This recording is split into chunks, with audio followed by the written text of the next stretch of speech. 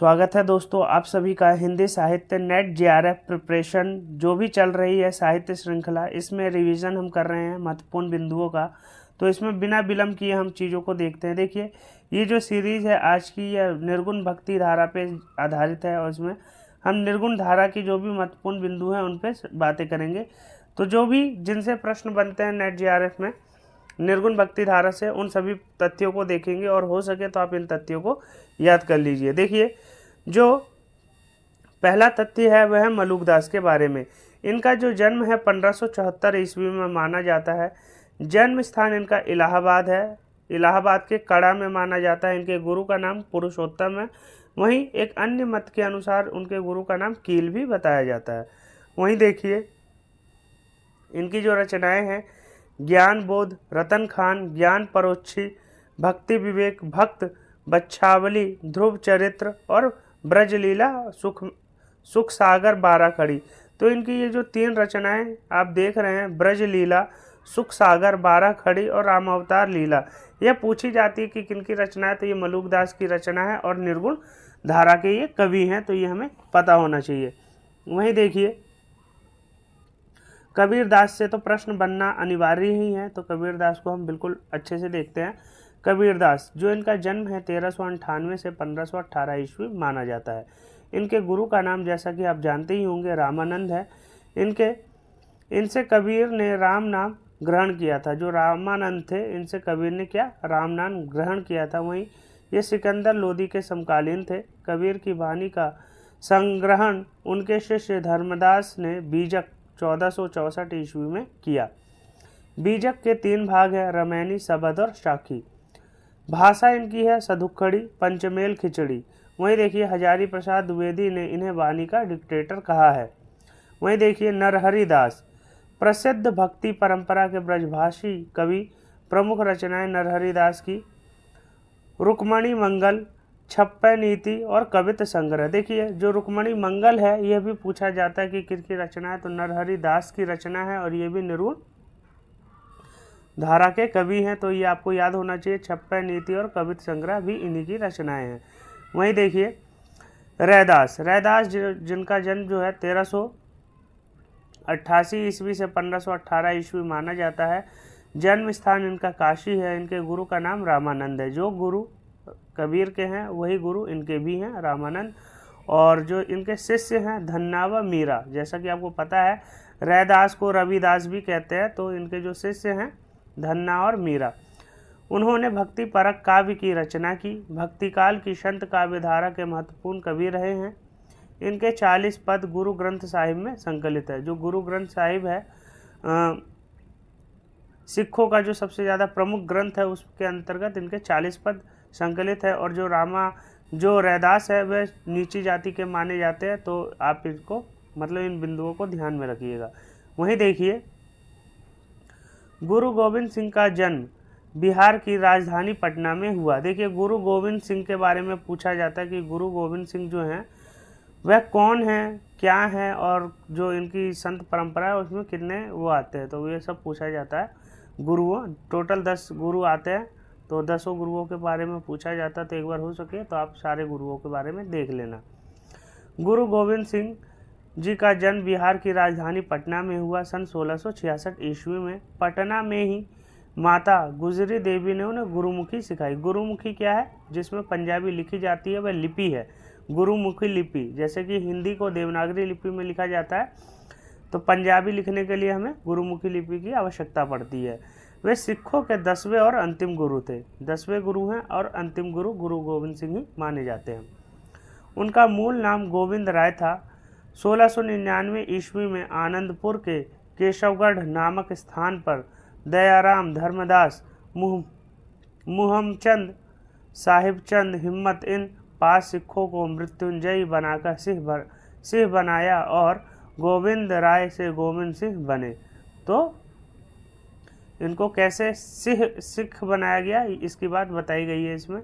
वहीं देखिए, वह गुरु तेग बहादुर के शिष्य थे और औरंगजेब के समकालीन थे। इनके जो गुरु हैं गुरु गोविंद सिंह के तेग बहादुर हैं और ये 9वें गुरु माने जाते हैं, गुरु तेग बहादुर। ठीक है, तो ये 9वें गुरु भी माने जाते हैं, तो आपको ये ध्यान होना चाहिए। पहले गुरु कौन है? पहले गुरु हैं गुरु नानक। दूसरे गुरु कौन से हैं? अंगद देव। 5वें गुरु हैं अर्जुन देव। 9वें गुरु हो गए तेग बहादुर। 10वें गुरु गुरु गोविंद सिंह। तो इनसे प्रश्न पूछे जाते हैं, तो आपको ध्यान होना चाहिए।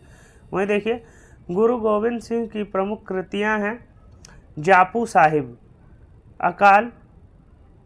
अकाल उस्तति, विचित्र नाटक, चंडी चरित्र, ज्ञान प्रबोध, शास्त्र नाम माला, चौपाई, जफरनामा 1706 ईस्वी में औरंगजेब को लिखा गया पत्र है जो खूब प्रसिद्ध हुआ। ये जो पत्र है जफरनामा 1706 का ईस्वी में है, जो कि औरंगजेब को लिखा गया और इसकी प्रसिद्धि खूब हुई, इसलिए ये ज़्यादा मशहूर है। और देखिए रामानंद जो कि बहुत सारे अच्छे जो व्यक्ति हैं हिंदी साहित्य में उनके गुरु हैं, तो जो इनका जन्म जो है 1299 ईस्वी माना जाता है। और इनके जो मतलब संप्रदाय है वह कौन सा संप्रदाय है? रामावत संप्रदाय, मतलब राम के ही सबसे ज़्यादा करीब हैं, तो रामावत संप्रदाय है। रामानंद ने भक्ति के द्वारा सभी वर्ग के लोगों के लिए खोल दिए, जैसा कि आप देख सकते हैं रैदास जो कि इनके शिष्य हैं और मीरा के गुरु हैं। तो जो रैदास है वे तो छोटी जाति के हैं, लेकिन उन्होंने इनको भी शिक्षित किया, इनके लिए भी ये गुरु के रूप में मतलब अपना गुरु का कर्तव्य निभाया, तो ये हम देख सकते हैं। वही देखिए इनकी रचनाएं कौन कौन सी है? श्री रामाचार्य पद्धति, वैष्णव मतालंब, भास्कर। इनकी भक्ति परंपरा में 12 शिष्य हुए। कबीर, देखिए कबीर जो है इन्हीं के शिष्य थे, जिनका जन्म 1398 से 1598 ईस्वी माना जाता है और सिकंदर के समकालीन थे। और देखिए सिकंदर के पीर गुरु भी कबीर को ही माना जाता है, मतलब जो लोधी हैं सिकंदर लोधी के पीर गुरु इन्हीं को माना जाता है कबीर को। वहीं देखिए भक्ति काल की संत काव्य धारा के कवि हैं। रचनाएं जो इसकी कबीर की जो रचना है सबसे ज़्यादा महत्वपूर्ण रचना बीजक है। इनके 3 भाग है, साखी, शबद और रामायणी। साखी का मतलब क्या है? साखी का मतलब है साक्षी, शबद का मतलब शब्द और रामायणी का मतलब है रामायण। इसका संग्रह इसके शिष्य धर्मदास ने किया 1464 में, तो ये हमें देखने को मिलता है। और देखिए संत काव्य परंपरा में सुंदरदास अपनी विद्वता के कारण प्रसिद्ध हैं। देखिए सुंदरदास के बारे में एक प्रश्न पूछा जाता है कि सुंदरदास जो हैं वह सबसे ज़्यादा विद्वान, सबसे ज़्यादा शिक्षित कवि कौन थे? तो सुंदरदास को सबसे ज़्यादा शिक्षित कवि के रूप में, सबसे ज़्यादा पढ़े लिखे मतलब व्यक्ति के रूप में उस टाइम माना जाता है। सुंदरदास की प्रसिद्ध रचनाएं हैं ज्ञान समुद्र, सुंदर विलास। इनकी जो 2 रचनाएं हम देख रहे हैं सबसे ज़्यादा प्रमुख है, ज्ञान समुद्र और सुंदर विलास। वहीं देखिए सुंदरदास की भाषा परिष्कृत ब्रज भाषा है। जो सुंदरदास की भाषा है कौन सी भाषा है? परिष्कृत ब्रज भाषा है। अलंकार व छंदों का सुंदर नियोजन है इनकी रचनाओं में। और देखिए नाथपंथियों में ये ही एक ऐसे व्यक्ति हुए जिन्हें समुचित शिक्षा मिली थी और जो काव्य कला की रीति आदि से अच्छी तरह परिचित थे। आचार्य रामचंद्र शुक्ल ने यह स्टेटमेंट दी है सुंदरदास के बारे में कि जो नाथपंथियों में ये ही एक ऐसे व्यक्ति हुए हैं जिन्हें समुचित शिक्षा मिली थी और जो काव्य कला की रीति आदि से अच्छी तरह परिचित थे। आचार्य रामचंद्र शुक्ल ने सुंदरदास के बारे में ये कहा, तो ये स्टेटमेंट पूछी जा सकती है। वहीं देखिए भक्ति और ज्ञान चर्चा के अतिरिक्त नीति और देशाचार आदि पर सुंदरदास ने बड़े सुंदर गद्य कहे हैं। वहीं देखिए सुंदरदास की भाषा परिष्कृत ब्रज भाषा है। अलंकार व छंदों का सुंदर नियोजन है इनकी रचनाओं में। नाथपंथियों में यही एक ऐसे व्यक्ति हुए, ये देखिए द्वारा से वो सारी चीज़ें आ गई हैं, तो हम देख लेते हैं। भक्ति और ज्ञानचर्या के अतिरिक्त नीति और देशाचार आदि पर सुंदरदास ने बड़े सुंदर गद्य कहे हैं। तो ये द्वारा आ गया है सारी चीज़ें, कोई नहीं देख लीजिए, जितना रिवीजन होगा उतना ही अच्छा रहेगा। धर्मदास कबीर के शिष्य थे। देखिए जो धर्मदास थे वे कबीर के शिष्य थे। कबीर किसके शिष्य थे? रामानंद के शिष्य थे। रामानंद जो थे, रामानंद कबीर के गुरु थे और कबीर जो थे धर्मदास के गुरु थे। तो आप ध्यान रखना इस चीज़ का। और रैदास अपने भगवान को सबसे रैदास अपने भगवान को सब में व्यापक देखते हैं। जो रैदास हैं वह भी किसके शिष्य हैं? वह भी रामानंद के शिष्य हैं। मतलब कबीर और रैदास के जो गुरु हैं एक ही हैं। और रैदास जो है अपने भगवान को व्यापक रूप में देखते हैं, कहीं कहीं कबीर की तरह परमात्मा की ओर संकेत करते हैं। मतलब कहीं कहीं जो इनका दर्शन है कबीर की तरह ही देखने को मिलता है। वहीं देखिए जायसी ने अपनी पद्मावत रचना में सूफी सिद्धांतों का वर्णन किया है। जो जायसी है उन्होंने पद्मावत जो इनकी रचना है उसमें किस प्रकार के सिद्धांत है, तो सूफी सिद्धांतों का वर्णन किया है। ठीक है, तो आप इसको ध्यान रखना, ये प्रश्न पूछा जा सकता है। वहीं देखिए पद्मावत के बारे में देखते हैं। रचनाकार जायसी, प्रकाशन वर्ष 1520 ईस्वी, विधा जो है सूफी काव्य है और भाषा अवधि है, दोहा और चौपाई छंदों का प्रयोग किया गया है।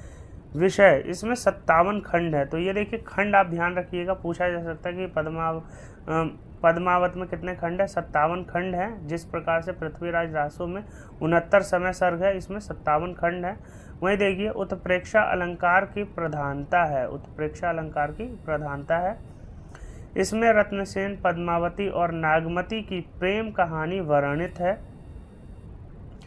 इसमें सभी पात्र प्रतीक रूप में प्रस्तुत हुए हैं। देखिए प्रतीक के रूप में दिखाया गया है सभी पात्रों को, तो हम उन प्रतीकों को भी देखेंगे।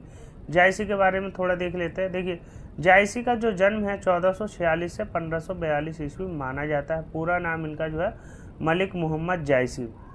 गुरु इनके हैं सूफी फ़कीर शेख मोहिदी। रचनाएं इनकी है अखरावट, आखिरी कलाम, कहरनामा, कान्हावत, चरित्र रेखा, और ये जो इनकी है प्रमुख रचनाएं हैं, तो आप इसको ध्यान रखिएगा। और जो पद्मावत का जो मतलब जायसी का जो समय है वह 1446 से 1542 माना जाता है, और इनकी जो रचना है पद्मावत उसका जो समय काल है 1520 माना जाता है। ठीक है, तो आप इसको ध्यान रखना। वहीं देखिए जो पात्रों को प्रतीक के रूप में प्रस्तुत किया गया है पद्मावत में, उसको भी हम देख लेते हैं। जो पात्र हैं इसमें कौन कौन है? सिंघल, जो देश है, जिस देश का नाम है जहाँ पे नागवती रहती है, उस देश का नाम है सिंघल। सिंघल को हृदय के रूप में, प्रतीक के रूप में प्रस्तुत किया गया है। पद्मावती जो है श्रद्धा, सात्विक बुद्धि और परमात्मा के रूप में प्रस्तुत की गई है। जो सुआ है, जो तोता है, उसमें उसको गुरु के रूप में प्रस्तुत किया गया है। और नागमती जो है दुनिया, धंधा और सांसारिक बुद्धि के रूप में दिखाई गई है। राघव चेतन शैतान के रूप में है। अलाउद्दीन जो है माया है। तो इस रूप में प्रतीकों का संयोजन किया गया है पद्मावत में। और वहीं देखिए सूफी काव्य परंपरा का पहला कवि वैसे तो मुल्ला दाऊद को माना जाता है। मुल्ला दाऊद जिनकी रचना है चंदायन। चंदायन लिखने वाले मुल्ला दाऊद को पहला सूफी कवि माना जाता है, लेकिन रामचंद्र शुक्ल जो हैं वह कुतवन को पहला सूफी काव्य परंपरा का कवि मानते हैं, जिनकी रचना है कुतवन की रचना है मृगावती, जो कि 1501 में लिखी गई थी। तो जो शुक्ल जी हैं वह कुतवन को पहला रचनाकार मानते हैं। तो आप इसको ध्यान रखना कि जो सर्वसहमति है वह मुल्ला दाऊद के लिए है, लेकिन शुक्ल जी जो हैं वह कुतवन को मानते हैं पहला सूफी कवि। तो आप इसको ध्यान रखना, इससे प्रश्न पूछा जा सकता है। चंदायन मुल्ला दाऊद कृत हिंदी का ज्ञात प्रथम सूफी प्रेम काव्य है। मुल्ला दाऊद सूफी परंपरा के कवि हैं। चंदायन की रचना उन्होंने 1379 ईस्वी में की थी। जो चंदायन है रचना 1379 ईस्वी में की गई थी। वहीं देखिए मृगावती जो है रचना कुतवन की 1501 ईस्वी में हमें देखने को मिलती है। तो इतना फ़र्क है, लेकिन शुक्ल जी कुतवन को ही मानते हैं, इसलिए सहमति जो है शुक्ल जी की तरफ ही चली जाती है। वहीं देखिए सूफी कवि, इन कवियों ने सूफी मत के प्रचार प्रसार के लिए हिंदू घरों में प्रचलित प्रेम कहानियों को अपना काव्य विषय बनाया। हिंदी के प्रथम सूफी कवि मुल्ला दाऊद को माना जाता है। कुतवन, मंझन उस्मान, शेख नबी, कासिम शाह, नूर मोहम्मद जायसी, असाइत आदि प्रमुख सूफी कवि हैं। तो ये सारे के सारे प्रमुख सूफी कवि माने गए हैं। और देखिए चंदायन मुल्ला दाऊद कृत हिंदी का ज्ञात प्रथम सूफी काव्य प्रेमाख्यान है। तो जो चंदायन है वह क्या है? सूफी प्रेमा काव्य है, सूफी प्रेम काव्य है, जिसमें चंदा और लोर के माध्यम, जो चंदा है इसमें नायिका है और लोर जो है मतलब इसमें प्रमुख जो पात्र है वह यही है। मुल्ला दाऊद सूफी परंपरा के कवि हैं। चंदायन की रचना उन्होंने 1379 ईस्वी में की थी। सूफी कवि, इन कवियों ने सूफी मत के प्रचार प्रसार के लिए हिंदू घरों में, देखिए ये दोबारा से रिपीट हो गया तो आप कोई बात नहीं, देख लेना आप। और देखिए कबीर के राम निर्गुण ईश्वर हैं। देखिए पूछा जाता है जो कबीर है उनके जो राम हैं वह किस प्रकार के राम हैं। दशरथ सुत राम है, मतलब दशरथ के पुत्र राम हैं, या मतलब सगुण रूप में जिनकी हम पूजा करते हैं मूर्ति के रूप में वे राम हैं, मतलब किस प्रकार के राम है। तो जो राम है ना कबीर के, वे निर्गुण राम है, मतलब उनका कोई आकार नहीं है, ना वो दशरथ के पुत्र है। राम जो है एक प्रतीक के रूप में, देखिए क्या है, कबीर के राम निर्गुण ईश्वर हैं, निराकार ब्रह्म है, वे न तो दिखाई देते हैं, न रूप है, न रंग, आकार संपन्न है, वे न तो मूर्ति पूजा के रूप में विद्यमान है और न कहीं अवतार धारण करते हैं। निर्गुण ब्रह्म को मानने वाले थे कबीर। उन्होंने ब्रह्म के लिए राम, हरि आदि शब्दों का प्रयोग किया है। उनके अनुसार ब्रह्म को अन्य नामों से भी जाना जाता है। समाज को उन्होंने ज्ञान का मार्ग दिखाया, जिसमें गुरु का महत्व सर्वोपरि है। तो गुरु को ही उन्होंने सबसे ज़्यादा महत्व दिया है कबीर ने, और गुरु की प्राधान्यता पे ही उन्होंने जोर दिया है। तो देखिए और क्या है, कबीर के राम निर्गुण ईश्वर है, निराकार ब्रह्म है, वे न तो दिखाई देते हैं, न रूप है, न रंग है, आकार है। तो यही सारी बातें, वे न तो मूर्ति पूजा के रूप में विद्यमान है। वहीं देखिए समाज को उन्होंने ज्ञान का मार्ग दिखाया है, जिसमें गुरु का महत्व सर्वोपरि है। वहीं देखिए कबीर के बारे में जो और बातें हैं, कवि और व्याख्या। जो कबीरदास है, कबीरदास या कबीर 15वीं सदी के भारतीय रहस्यवादी कवि और संत थे। वे हिंदी साहित्य के भक्तिकाल के निर्गुण शाखा के ज्ञानमार्गी उपशाखा महानतम कवि थे। उनकी रचनाओं ने हिंदी प्रदेश के भक्ति आंदोलन को गहरे स्तर पर प्रभावित किया। उनकी रचनाएं सिखों के आदि ग्रंथ साहब में भी सम्मिलित की गई है। कबीर की रैदास के 40 पद को गुरु ग्रंथ साहिब में शामिल किया गया है, और वहीं कबीर की भी वाणी को शामिल किया गया है। वहीं देखिए कबीरदास की जो कृतियां हैं उनको भी देख लेते हैं हम। कबीर की जो कृतियां हैं तीनों का संकलन, साखी, शबद और रामायणी, इन तीनों का संकलन किसमें, बीजक में है। तो देखिए साखी, इस ग्रंथ में कबीर साहब जी साखियों के माध्यम से सुरता मतलब आत्मा को आत्मा और परमात्मा का ज्ञान समझाया करते थे। आत्मा और परमात्मा का ज्ञान समझाया करते थे कबीर जी, किसमें, साखी में। वहीं कबीर जो बीजक है, कबीर की वाणी का संग्रह उनके शिष्य धर्मदास ने बीजक नाम से सन 1464 में किया। कबीर शब्दावली, इस ग्रंथ में मुख्य रूप से कबीर साहिब जी ने आत्मा को अपने अनमोल शब्दों के माध्यम से परमात्मा की जानकारी बताई है। कबीर दोहावली, इस ग्रंथ में मुख्य तौर पर कबीर साहिब जी के दोहे सम्मिलित हैं। कबीर ग्रंथावली, इस ग्रंथ में कबीर साहिब जी के पद व दोहे सम्मिलित किए गए हैं। कबीर सागर, यह सूक्ष्म वेद है जिसमें परमात्मा की विस्तृत जानकारी है। तो ये सारी की सारी चीज़ें हमें देखने को मिलती है कबीर के बारे में। और देखिए कबीर की रचनाओं में प्रयुक्त छंद एवं भाषा निम्नलिखित है। देखिए रचना, अर्थ, प्रयुक्त छंद और भाषा हम देखते हैं। रामायणी जो है, रामायणी का जो मतलब है वह है रामायण, और जो इसमें छंद का प्रयोग किया गया है चौपाई और दोहा। भाषा इसकी है ब्रज भाषा और पूर्वी बोली। वहीं देखिए शबद का मतलब क्या है, शब्द, इसको गाया जा सकता है, इसलिए गेय पद है। ब्रज भाषा और पूर्वी बोली का प्रयोग है। वहीं देखिए साखी का मतलब क्या है, साक्षी। तो जो साखी है, साक्षी, वह दोहा है, राजस्थानी पंजाबी मिली खड़ी बोली, मतलब खड़ी बोली में ही उन्होंने अपने दोहों को कहा है। तो यह साक्षी हमें देखने को मिलता है। और बाकी रामायणी और शबद में हमें पूर्वी हिंदी और ब्रज भाषा देखने को मिलती है। तो ये सारी की सारी कबीर की इम्पोर्टेंट पॉइंट्स थे। वहीं देखिए कुतवन द्वारा रचित ग्रंथ का नाम है मृगावती। ठीक है, मृगावती जो है कुतवन की रचना है। तो ये पूछी जाती है। कुतवन हिंदी के प्रसिद्ध सूफी कवि थे, जिन्होंने मौलाना दाऊद के चंदायन की परंपरा में सन 1503 ईस्वी में मृगावती नामक प्रेमाख्यान काव्य की रचना की।